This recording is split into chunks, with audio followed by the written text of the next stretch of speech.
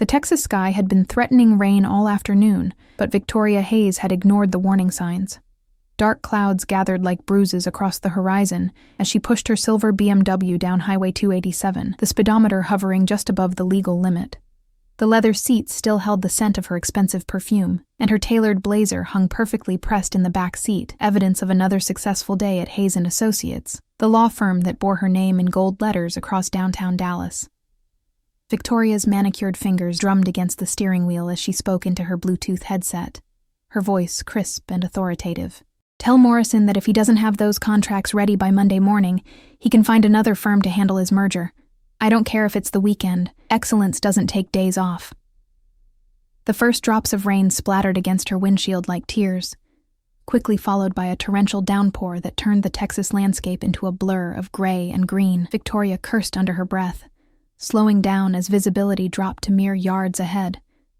The wipers worked frantically, but the rain seemed determined to wash away everything in its path. It was then that she saw it, a flash of red brake lights through the curtain of rain, barely visible on the shoulder of the road.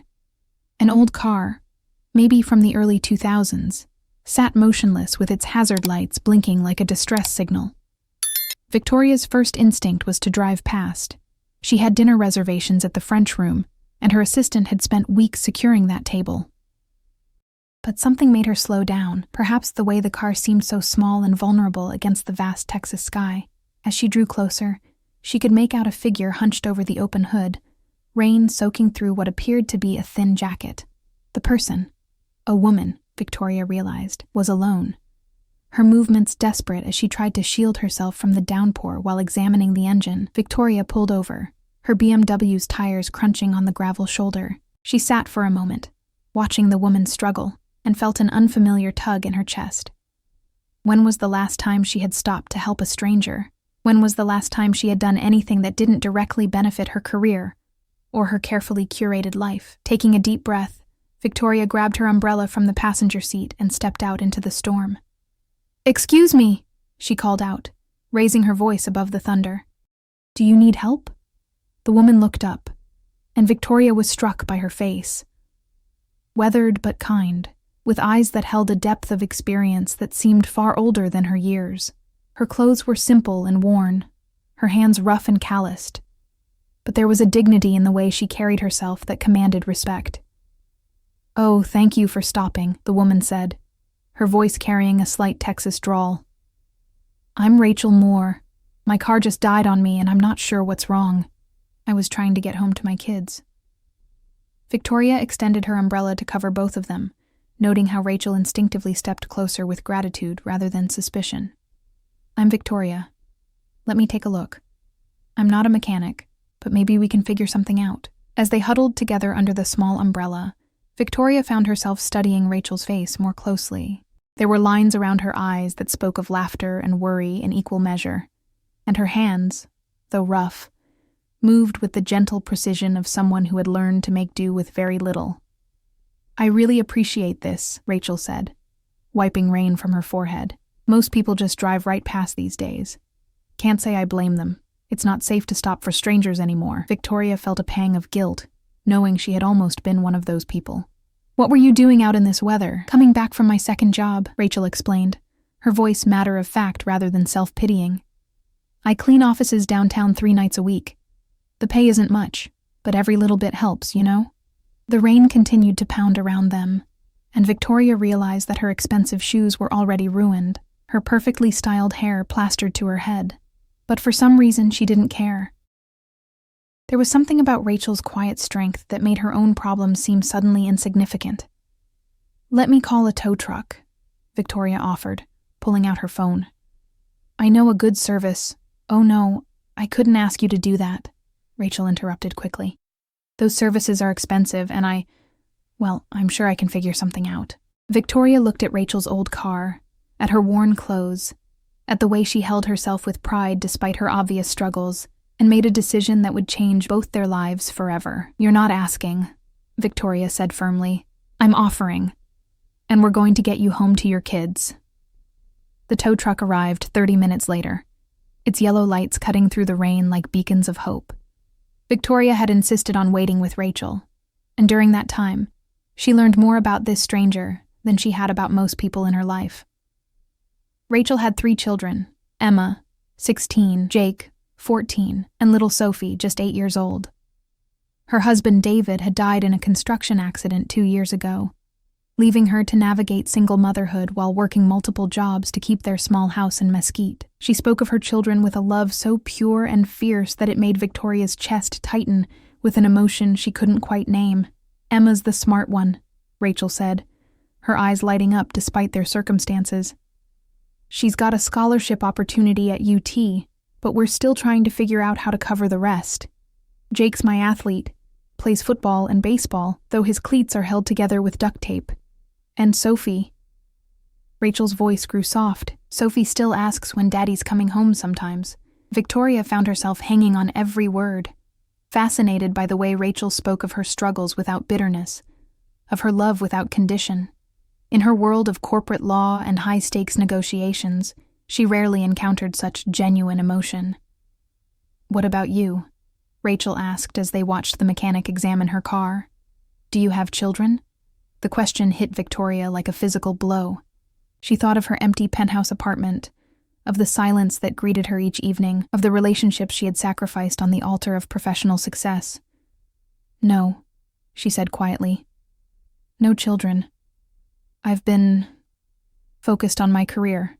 Rachel nodded without judgment. That must be fulfilling work, to dedicate so much to it. Victoria almost laughed at the irony. Fulfilling? When was the last time she had felt truly fulfilled by anything? "I'm a lawyer," she said.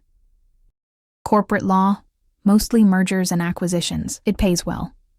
"That sounds important," Rachel said, and Victoria could tell she meant it. There was no envy in her voice, no resentment, just genuine interest in Victoria's life. The mechanic approached them, wiping his hands on a greasy rag. "Well, ladies, I've got good news and bad news. The good news is it's fixable. The bad news is you need a new alternator. And with labor, you're looking at about $400. Victoria watched Rachel's face crumble for just a moment before she composed herself. $400, probably more than Rachel made in a week at her cleaning job. "How long can you give me to get the money together?" Rachel asked, her voice steady despite the obvious blow. The mechanic shrugged. "I can tow it to my shop and hold it for a week, but after that I'll have to charge storage fees." Victoria stepped forward before she could stop herself. "I'll cover it." Both Rachel and the mechanic stared at her. Rachel shook her head immediately. "No, absolutely not. I can't let you do that." "Why not?" Victoria asked, surprised by her own insistence. Because I don't even know you," Rachel stammered. "You've already done so much, and I have no way to pay you back." Victoria looked at this woman who had so little yet maintained such dignity, who worked multiple jobs to provide for her children, who faced each challenge with quiet courage. Maybe that's exactly why I should do it. The rain had slowed to a gentle drizzle, and in the distance, Victoria could see the lights of Dallas twinkling like stars. Her old life seemed very far away suddenly, as if she were looking at it through someone else's eyes. "I insist," Victoria said firmly, pulling out her credit card. "Consider it a loan if it makes you feel better. You can pay me back when you're able." Rachel's eyes filled with tears, and she reached out to touch Victoria's arm. "Why are you doing this? You don't even know me." Victoria looked into Rachel's eyes and saw something she had forgotten existed: pure, uncomplicated gratitude. Not the calculated appreciation of business associates or the superficial thanks of social acquaintances, but genuine human connection. "Maybe that's the point," Victoria said softly. "Maybe we're not supposed to only help people we know." As the mechanic processed the payment and arranged for Rachel's car to be towed to his shop, Victoria found herself making another impulsive decision. "Let me drive you home," she offered. Rachel hesitated.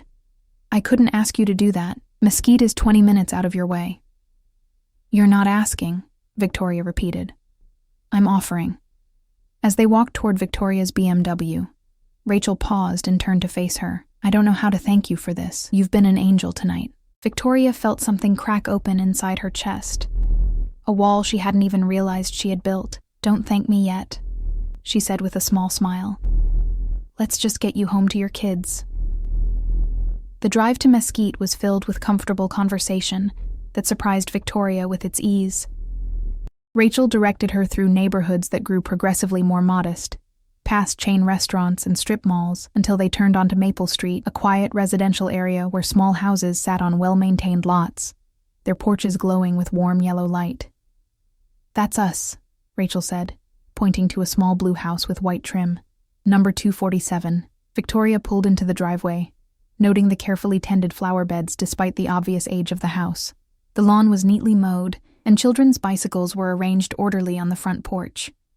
Everything about the place spoke of love and care, even if money was clearly tight.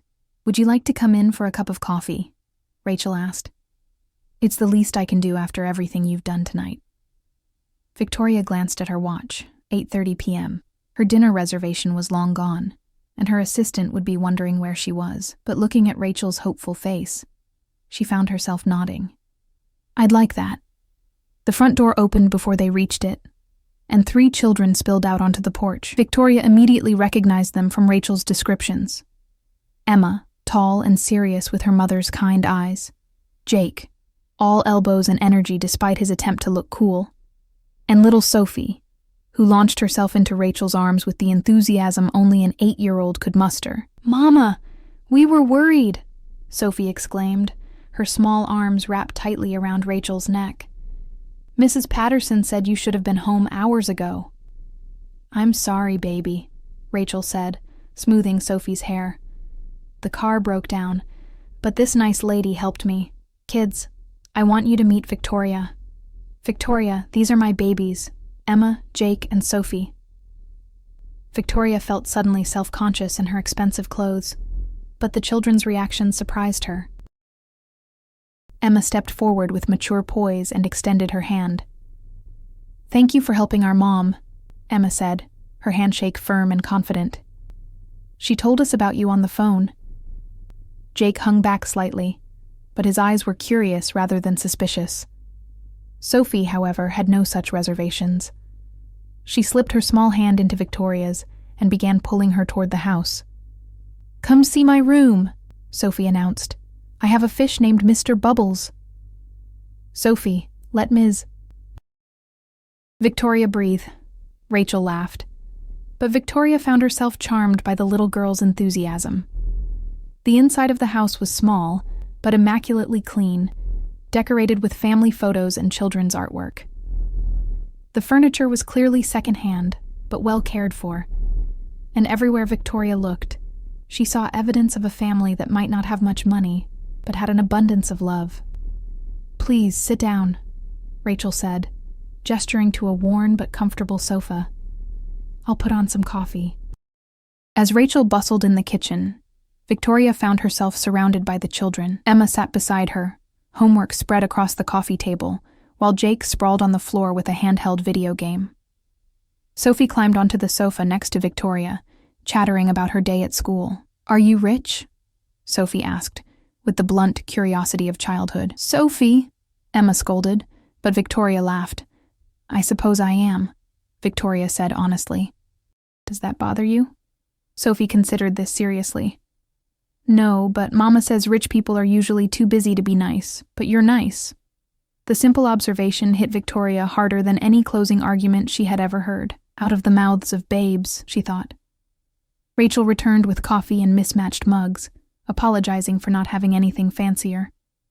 Victoria accepted the chipped ceramic mug gratefully, noting how the coffee was strong and perfectly brewed. "Tell me about school," Victoria said to Emma, genuinely curious. "Your mother mentioned you have a scholarship opportunity." Emma's face lit up. "The University of Texas offered me a partial academic scholarship for pre-law. I want to be a lawyer like you someday." Victoria felt a jolt of recognition. "Pre-law? That's wonderful. What kind of law interests you?" "Family law," Emma said without hesitation. "I want to help families like ours. People who need legal help but can't afford the big firms." Victoria looked at this 16-year-old girl with her earnest eyes and determined expression and saw herself 20 years ago. Before the cynicism, before the focus on billable hours and profit margins had consumed her idealism. "That's a noble goal," Victoria said softly. "The world needs more lawyers who remember why they wanted to practice law in the first place." Rachel caught Victoria's eye over her coffee mug, and something passed between them, an understanding that went deeper than words. As the evening wore on, Victoria found herself drawn into the family's rhythm. She helped Sophie with a math worksheet, listened to Jake's excited description of his upcoming baseball game, and discussed literature with Emma, who was reading To Kill a Mockingbird for English class. "Atticus Finch is my hero," Emma said passionately. "He stood up for what was right even when everyone was against him." Victoria remembered reading the same book at Emma's age, remembered the fire it had lit in her to fight for justice. When had that fire dimmed? When had she stopped seeing clients as people and started seeing them as billable hours? "He's a good role model," Victoria agreed, though the real world of law can be more complicated than Harper Lee made it seem. "Maybe," Emma said thoughtfully, "but that doesn't mean we should stop trying to do the right thing, does it?" Victoria stared at this remarkable young woman and felt something shift inside her chest, a recognition of the person she used to be, the person she had somehow lost along the way. When it came time to leave, Sophie hugged Victoria's legs tightly. "Will you come back and visit us?" she asked. Victoria looked down at the little girl's upturned face, then at Jake's shy smile, at Emma's hopeful expression, at Rachel's grateful eyes, and felt her carefully constructed world tilting on its axis. "I'd like that very much," she heard herself say, and meant it more than she had meant anything in years. Victoria drove home through the quiet Dallas streets, her mind replaying every moment of the evening. The contrast between Rachel's warm, chaotic household and her own sterile penthouse apartment had never felt more stark. As she rode the elevator to the 32nd floor, she caught her reflection in the polished steel doors, expensive clothes, perfect makeup, and eyes that suddenly seemed hollow to her own gaze. Her apartment greeted her with its usual silence. Floor-to-ceiling windows offered a panoramic view of the Dallas skyline, and every piece of furniture had been carefully selected by an interior designer to project success and sophistication. But tonight, it felt like a museum. Beautiful, impressive, and utterly lifeless. Victoria poured herself a glass of wine from a bottle that cost more than Rachel probably spent on groceries in a week, and stood at her window looking out at the city lights. Somewhere out there, in a small blue house on Maple Street, 3 children were probably getting ready for bed while their mother tucked them in with stories and kisses. The image made her chest ache with a longing she couldn't quite name. Her phone buzzed with a text from her assistant. "Morrison's team called. They want to reschedule Monday's meeting. Also, you missed dinner with the Hartwell group. Should I send apologies?" Victoria stared at the message, trying to summon her usual concern for client relations and business opportunities. Instead, she found herself thinking about Emma's scholarship, about Jake's duct-taped cleats, about Sophie's innocent question, "Are you rich?" She set the phone aside without responding and went to bed, but sleep eluded her. Every time she closed her eyes, she saw Rachel's face in the rain, heard the quiet dignity in her voice as she spoke about her struggles, felt the warmth of Sophie's small hand in hers. The next morning, Victoria woke with an unusual sense of restlessness. She went through her normal routine: expensive coffee, financial news, review of the day's schedule, but everything felt mechanical, as if she were going through the motions of someone else's life. At the office, her assistant Jennifer noticed her distraction immediately. "You seem different today," Jennifer observed as she delivered the morning's correspondence. "Everything okay?" Victoria looked up from the contracts she had been staring at without reading. "Jennifer, do you have children?" The question seemed to surprise her assistant. "2 boys, ages 10 and 12. "Why? Do you ever feel like you're missing something? Like you're so focused on work that you're not really living?" Jennifer sat down across from Victoria's desk, her expression thoughtful. "Can I be honest with you?" Victoria nodded. "I've worked for you for 5 years, and this is the first time you've asked me a personal question. You're brilliant at what you do, and you've built an incredible career, but..."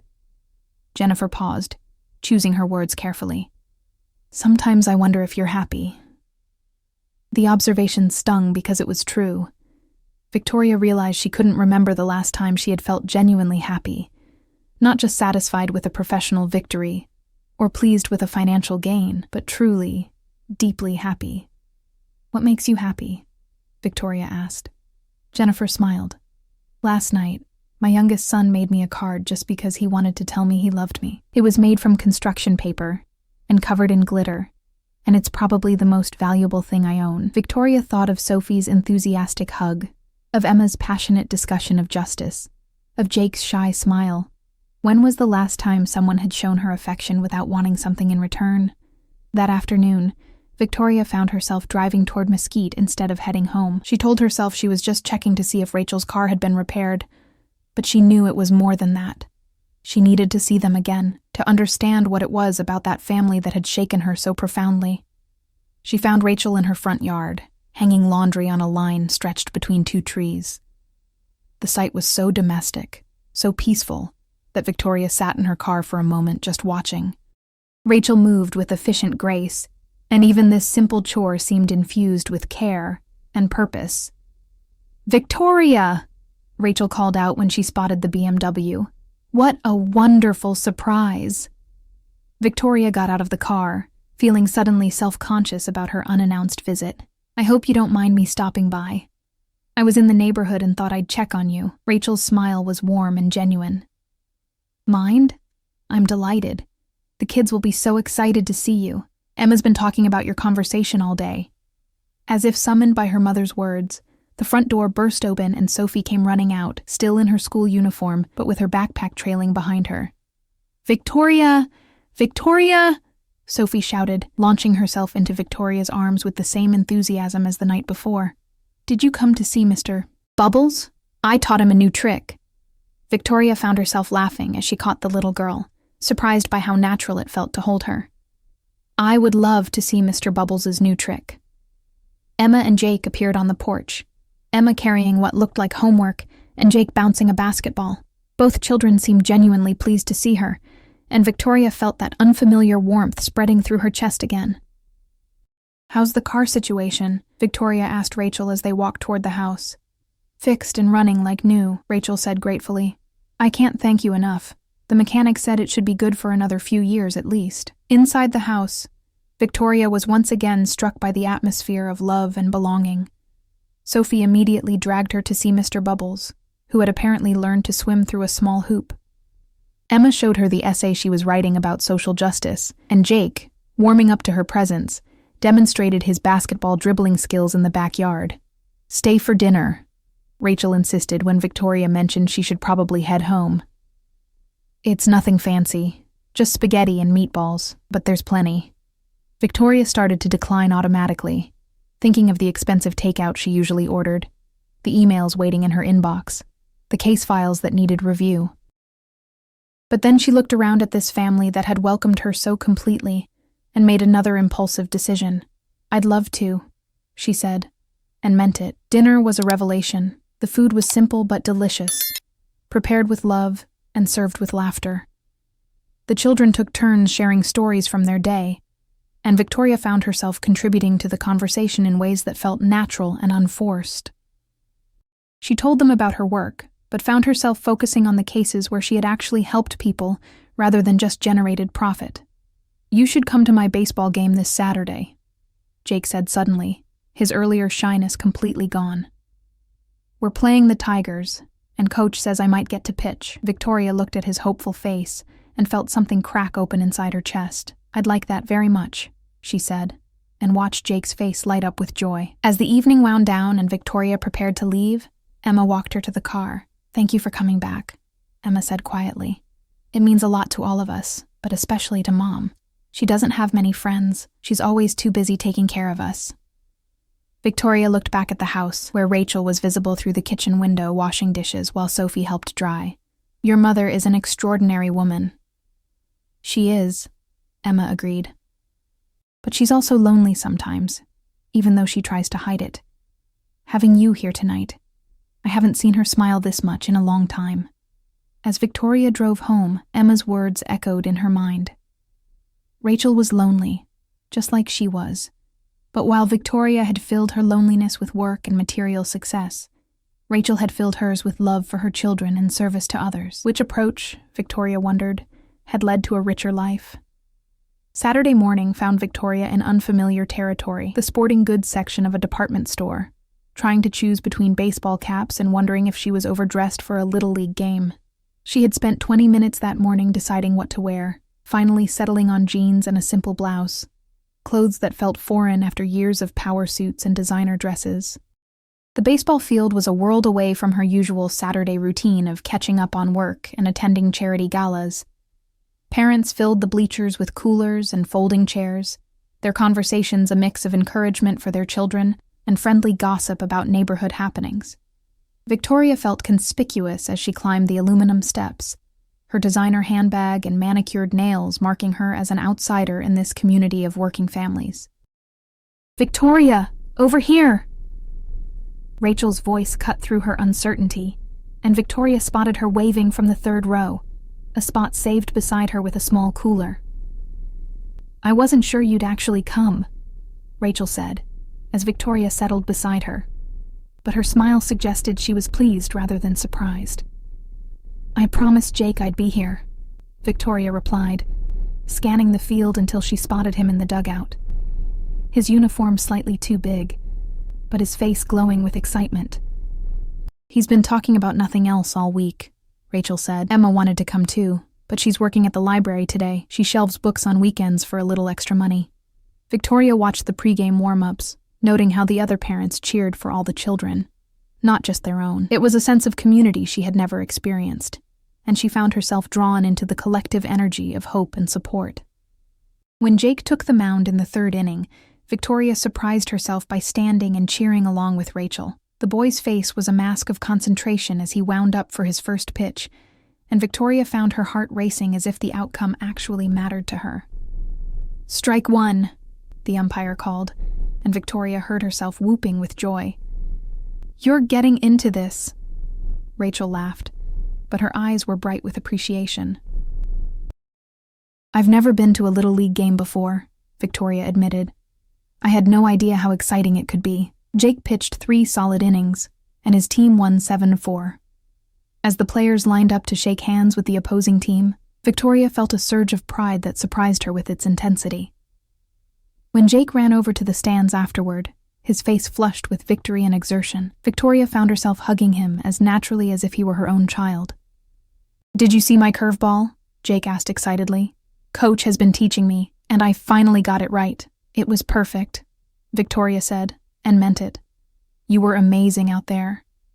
After the game, Rachel suggested they all go for ice cream, and Victoria found herself squeezed into a booth at a local parlor with Jake and Sophie, listening to their animated recap of every play.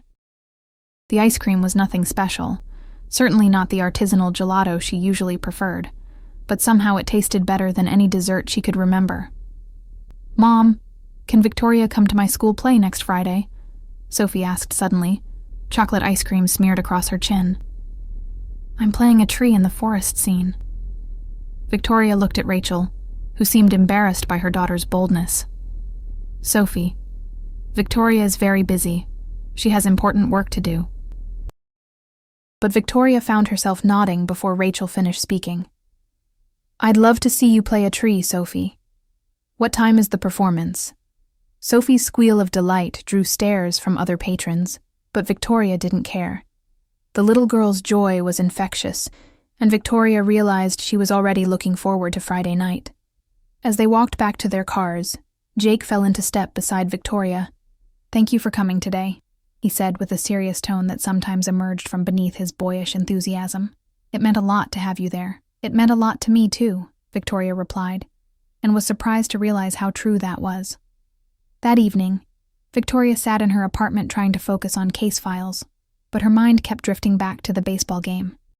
She found herself smiling as she remembered Jake's triumphant grin, Sophie's sticky hug, Rachel's proud tears when her son struck out the final batter. Her phone rang, interrupting her thoughts. The caller ID showed her law partner, Richard Steinberg. "Victoria, where have you been?" Richard's voice was sharp with irritation. "The Morrison deal is falling apart, and you've been unreachable all day." Victoria glanced at her phone and realized she had turned it off during the game and forgotten to turn it back on. In her old life, being unreachable for even an hour would have been unthinkable. "I was at a baseball game," she said. the words feeling strange in her mouth. A baseball game? Richard's tone suggested she had said she was on Mars. Victoria, we have a crisis here. Morrison is threatening to walk if we don't have a revised proposal by Monday morning. Victoria listened as Richard outlined the crisis. But for the first time in her career, she found herself thinking that maybe some things were more important than billable hours and profit margins. Maybe Jake's curveball and Sophie's chocolate-stained smile mattered more than Morrison's merger. I'll handle it, she said finally, but without her usual urgency. Good. I was starting to worry about you. You've been different lately. After hanging up, Victoria stared out at the Dallas skyline and wondered if being different was necessarily a bad thing. She thought about Emma's passionate belief in justice, about Rachel's quiet strength, about the way that family had welcomed her into their lives without question or expectation. For the first time in years, Victoria questioned whether the life she had built was the life she actually wanted to live. Monday morning arrived with the familiar weight of corporate pressure, but Victoria found herself approaching it with a detachment that would have alarmed her just weeks earlier. She sat in the conference room surrounded by her usual cast of associates and partners, listening to Richard present the revised Morrison proposal, but her mind kept drifting to Sophie's upcoming school play. Victoria? Richard's sharp voice cut through her thoughts. Morrison is asking specifically about the liability clauses you drafted. Can you walk us through your reasoning? Victoria looked down at the documents in front of her. Pages of legal language designed to protect Morrison Industries while they acquired a smaller company, likely resulting in hundreds of layoffs. The work was technically brilliant, she knew, but suddenly it felt hollow. The clauses are standard, she said, her voice lacking its usual conviction. They'll hold up in court. Richard frowned at her lackluster response. But before he could comment, Victoria's phone buzzed with a text from Rachel. Emma's scholarship interview is today at 2 p.m. She's so nervous. Wish us luck. Victoria stared at the message, remembering Emma's passionate discussion of justice and her dream of helping families who couldn't afford legal representation. Here was a young woman who wanted to use law to make the world better, while Victoria spent her days helping corporations maximize profit at the expense of working people. Excuse me, Victoria said suddenly, standing up from the conference table. I need to make a call. She walked out of the room, ignoring Richard's protests, and found herself dialing Rachel's number. Victoria? Rachel's voice was surprised but pleased. Is everything okay? How is Emma feeling about her interview? Victoria asked. Terrified, Rachel admitted. She's been practicing her answers all morning, but she's worried they'll ask her questions she can't answer. I wish I could help her more, but I don't really understand the college process. Victoria made a decision that would have seemed impossible just a month ago. I'm coming over. What? But don't you have work? This is more important, Victoria said, and realized she meant it completely. An hour later, Victoria sat at Rachel's kitchen table across from Emma, who was dressed in her best outfit, a simple dress that was clearly second-hand but had been pressed with care. Tell me about your interview, Victoria said gently. Emma's hands shook slightly as she spoke. It's with the scholarship committee at UT. They want to know why I deserve the scholarship and what I plan to do with my law degree. I know what I want to say, but I'm afraid I won't sound smart enough. Victoria looked at this remarkable young woman, who had already shown more wisdom and integrity than most of the lawyers Victoria knew, and felt a fierce protectiveness rise in her chest. Emma, you are one of the smartest people I've ever met, Victoria said firmly. But more than that, you have something that can't be taught. You have heart. You want to practice law for the right reasons. For the next hour, Victoria worked with Emma on interview techniques, helping her articulate her goals and practice answering difficult questions. She watched Emma's confidence grow with each mock question and felt a satisfaction deeper than any she had experienced in her professional life. Remember, Victoria said as they finished, they're not just looking for the smartest candidate. They're looking for someone who will make a difference. And that's exactly who you are. Emma hugged her tightly. Thank you. I don't know what I would have done without you. Victoria's phone had been buzzing constantly throughout their session, but she had ignored it. Now, as she prepared to leave for Emma's interview, she finally checked her messages. 15 missed calls from Richard, dozens of texts from colleagues, and one email marked urgent from Morrison Industries. "I have to go," Victoria told Rachel, but her heart wasn't in it. "Of course," Rachel said. "Thank you for everything you've done for Emma. I'll text you after the interview." Victoria drove back to downtown Dallas with a heavy heart, knowing she was returning to a world that suddenly felt foreign and meaningless. The Morrison crisis seemed trivial compared to Emma's future, and she found herself resenting the urgency that had once driven her. The confrontation with Richard was inevitable. "Where the hell have you been?" he demanded as soon as she walked into his office. "Morrison is furious. They're threatening to take their business elsewhere." "Let them," Victoria said quietly. Richard stared at her as if she had spoken in a foreign language. "Let them?" "Victoria, this is a $20 million account. Have you lost your mind?" Victoria looked around Richard's office. The expensive art, the awards, the photographs of him with powerful politicians and business leaders. It was everything she had once aspired to. "And now it felt like a prison. Maybe I have," she said. "Or maybe I've finally found it." "What's gotten into you lately?" Richard's voice was a mix of anger and concern. "You've been distracted, unreliable. This isn't like you." "Maybe the old me wasn't worth being like," Victoria replied. Her phone buzzed with a text from Rachel. "Emma got the scholarship. Full ride. She's crying happy tears. Thank you for everything." Victoria stared at the message, feeling a joy so pure and complete that it made her chest ache. Emma would go to college, would become the lawyer she dreamed of being, would help families like her own, and Victoria had played a small part in making that possible. "I need to take some time off," Victoria said suddenly. "Time off? Victoria, we're in the middle of the Morrison deal will survive without me," Victoria interrupted. "And if it doesn't, maybe that's not such a bad thing." She walked out of Richard's office, past the conference room where her colleagues were still debating liability clauses, past the reception desk with its fresh flowers and expensive furniture, and into the elevator that would take her away from the life she had built, but no longer wanted. As the elevator descended, Victoria felt something she hadn't experienced in years. Freedom.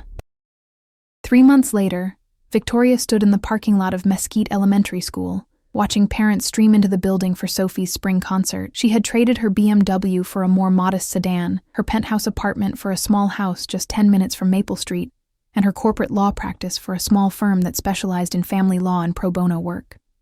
The changes hadn't been easy. Richard had been furious when she gave her notice, and several colleagues had questioned her sanity. Her bank account was significantly smaller, and her social calendar had shifted from charity galas to little league games and school events. But as she walked into the elementary school auditorium and saw Sophie's face light up from the stage when she spotted her in the audience, Victoria knew she had never made a better decision. "You made it," Rachel whispered, as Victoria slipped into the seat beside her. Emma was on her other side, home from her first semester at UT, with stories of her pre-law classes and dreams of changing the world. "I wouldn't miss it," Victoria whispered back, and meant it completely. Sophie's performance as a singing flower in the school's spring pageant was enthusiastic, if not entirely on key, but Victoria found herself wiping away tears as she watched the little girl's joy. When had she become someone who cried at elementary school concerts? When had she become someone who cared more about a child's happiness than a corporate merger? After the concert, the Moore family and Victoria went for pizza at their usual spot, a family-owned restaurant where the servers knew everyone's names and the booths were worn smooth by years of community gatherings. Victoria had learned to love these simple pleasures, these moments of connection that money couldn't buy. "Tell us about your new case," Emma said as they waited for their food. She had become Victoria's unofficial legal intern, helping with research and learning about the practical side of law that her textbooks couldn't teach. Victoria smiled, thinking about her current client, a single mother fighting for custody of her children against an ex-husband with expensive lawyers. It was exactly the kind of case she would have avoided in her previous life, but now it felt like the most important work she had ever done. "Mrs. Rodriguez has a good chance," Victoria said. "Her ex-husband's lawyers are trying to intimidate her, but we have the facts on our side." "And you're not charging her anything," Jake added, his voice filled with the admiration that still surprised Victoria. "Some things are more important than money," Victoria replied, catching Rachel's eye across the table. Later that evening, after they had dropped the children at home and were sitting on Rachel's front porch watching the sunset, Rachel turned to Victoria with a serious expression. "I need to ask you something," Rachel said, "and I want you to be honest with me."